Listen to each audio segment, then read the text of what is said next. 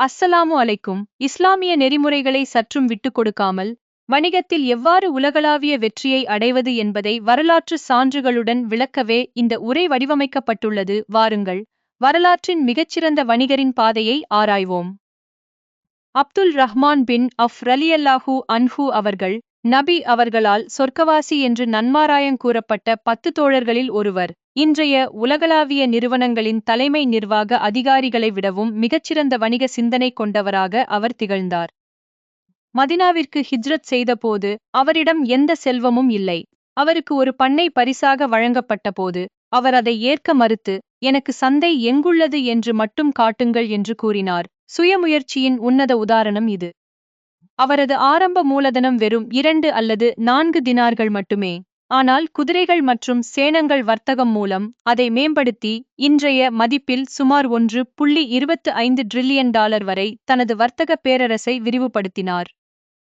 அவரது வணிக உத்தி 3 முக்கிய தூண்களைக் கொண்டிருந்தது. முதலாவது கடன் இல்லாமை, இரண்டாவது குறைந்த லாபத்தில் அதிக விற்பனை, மூன்றாவது தயாரிப்பின் குறைகளை மறைக்காத அசாத்திய நேர்மை.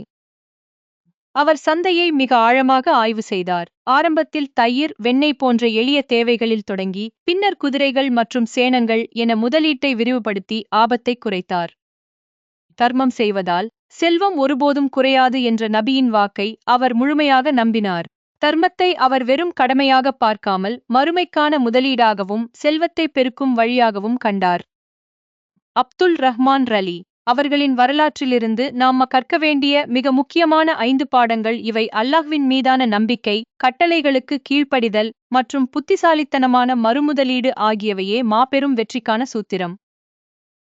அல்லாஹ் நம் அனைவரின் வணிகத்திலும் பறக்கச் செய்வானாக. இஸ்லாமிய நெறிமுறைகளை பேணி சமூகத்திற்கு பயன்படும் சிறந்த தொழில்முனைவோராக வாழ அல்லாஹ் அருள் புரிவானாக. அஸ்ஸலாமு அலைக்கும் வரஹ்மத்துல்லாஹி வபரகாத்துஹ்.